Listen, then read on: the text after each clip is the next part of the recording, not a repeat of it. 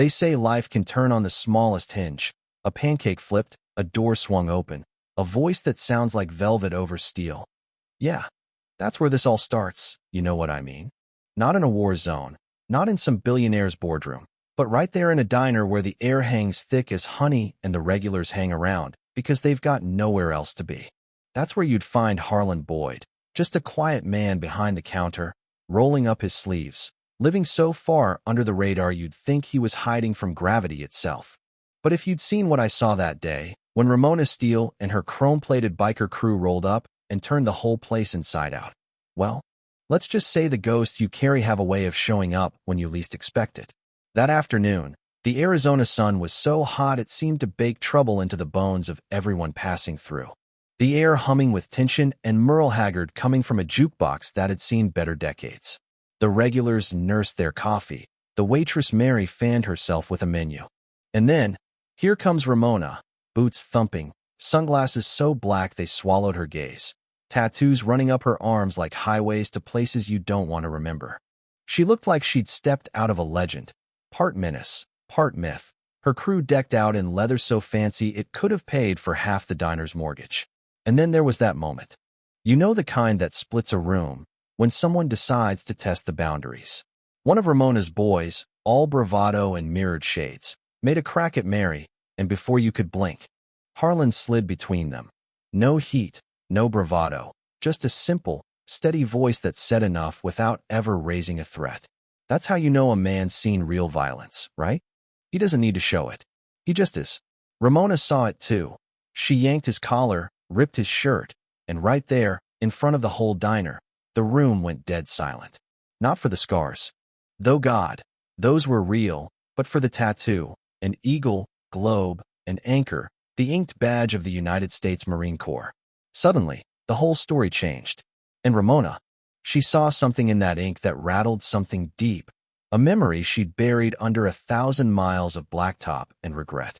From that moment, the town whispered, rumors moving faster than heat lightning. Who was the quiet Marine? Why was he hiding? What did it mean for his daughter, June, a smart, careful kid who'd learned to blend in so her dad wouldn't have to fight another war just to keep her safe? At school, kids circled her with questions sharp as thorns.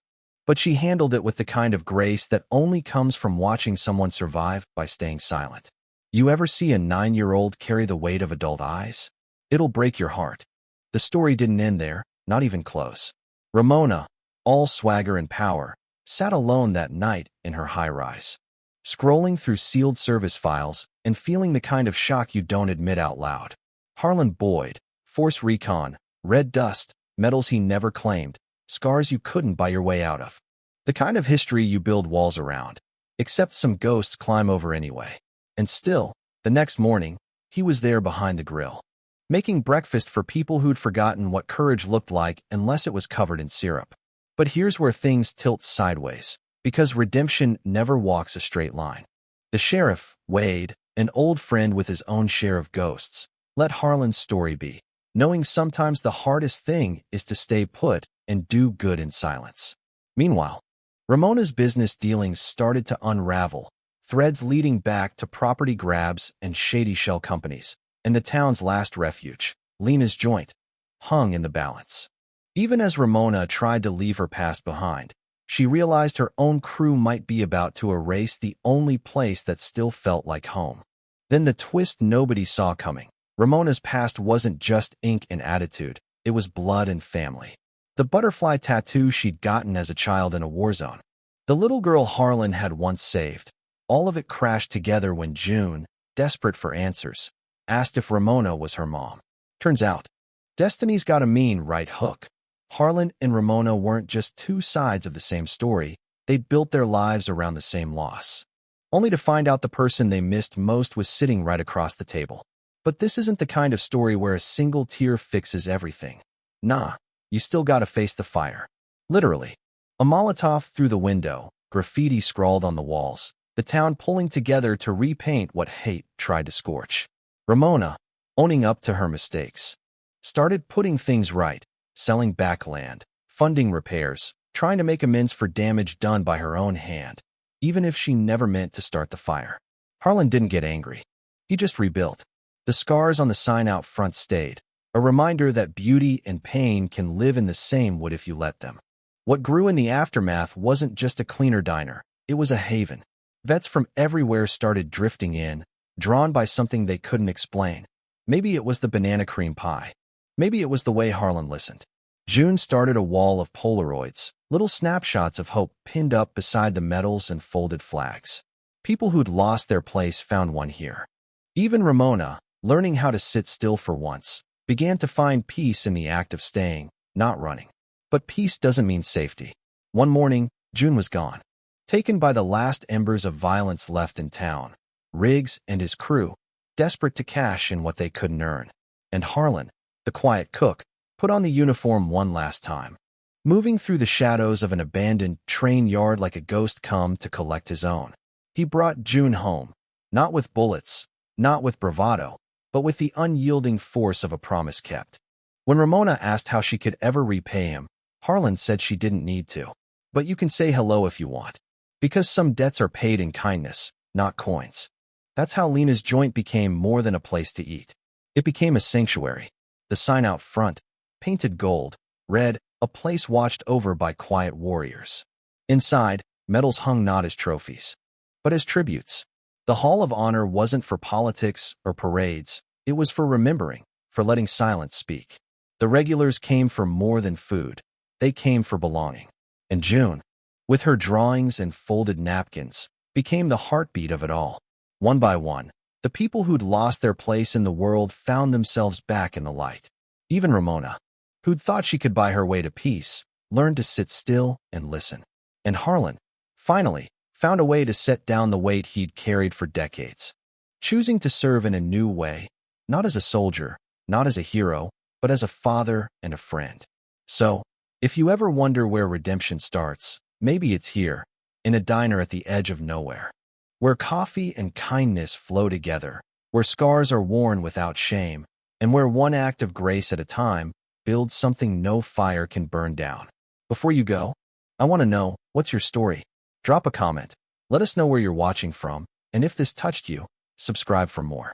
Because sometimes, all it takes is one table, the right table, to change everything that you'd think. After all that, fires put out, secrets dug up, the truth finally blinking in the morning sun, that maybe life at Lena's joint would just settle down and get simple again, right?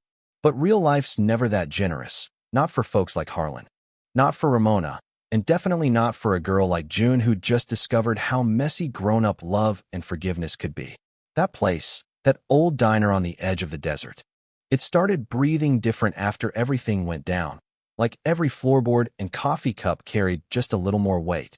And every regular who walked in had started bringing a piece of themselves they'd never shown before.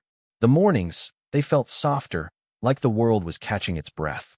June took to sitting at the big front window, sketching sunbeams with her crayons, sometimes humming under her breath, sometimes just watching folks shuffle in and out, their stories tucked into worn pockets and faded denim. Ramona stopped hiding in the corner booth. She started joining in, sometimes pouring coffee, sometimes fixing the wobbly stool. Always checking the books, but not so obsessed with numbers anymore, you know? It's like she figured out her hands could do more than sign contracts or twist a throttle. They could build, comfort, fix things that broke.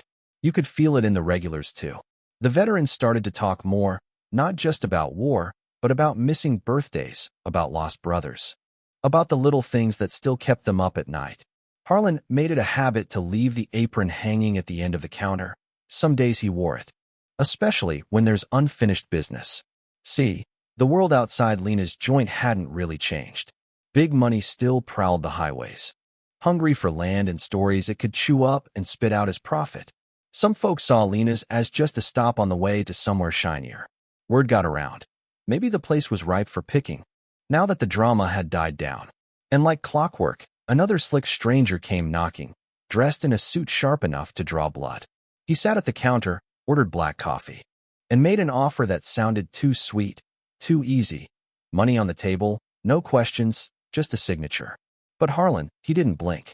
He just wiped the counter, slid the old metal box out for everyone to see, and told the room, quiet as thunder, what it meant to fight for something that can't be bought. June watched wide-eyed. And you could tell she was learning the kind of lesson that doesn't get taught in classrooms. Even Ramona, standing near the kitchen door, felt it in her bones. This wasn't just a business anymore. Her little hands steady, her heart pounding. Still standing, she whispered, and the word stuck.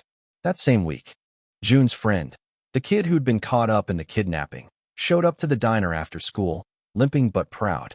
Holding out a thank you card and a jar of marbles he said was his good luck savings.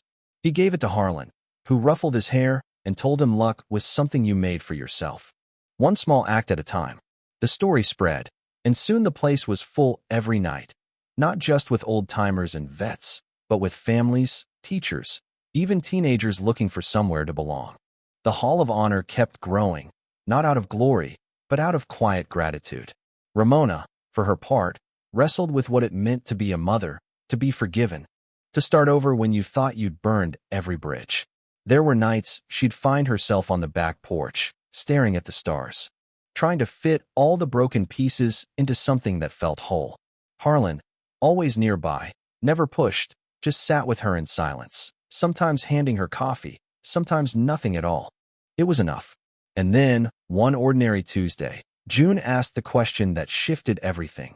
Can she stay? Meaning Ramona, of course. The girl's voice was small, but steady. Harlan looked at Ramona, then at June, and something softened in his eyes, like a door swinging open after years of rust. If she wants to, he said. If you want to. The moment was heavy raw, but it held promise, too, the kind that only shows up when all the secrets are finally out in the open. That night, they shared dinner at the counter. No ceremony, just mashed potatoes, pot roast, and laughter so easy it felt like a brand new language. Ramona found herself looking at June, at Harlan, at the walls full of old medals and new hope, of love that survives even when everything else burns. And out on the porch at sunset, you could still find Harlan, arms folded, gaze steady on the horizon, quietly guarding the place where old wounds finally learned to heal. But hey, maybe that's how real stories end, not with a clean break or a fairy tale bow, but with an open door and a seat at the counter waiting for whoever needs it next. That's Lena's Joint, and that's all any of us can hope for, a place to come home to, scars and all. So what do you think? Does forgiveness really heal everything? Or do some scars never fade? Drop your thoughts in the comments below. Let's talk about what keeps us standing. And if this story hit you somewhere deep, don't forget to subscribe for more, because sometimes the quietest places hide the strongest hearts. Take care, and keep the light on for the next traveler.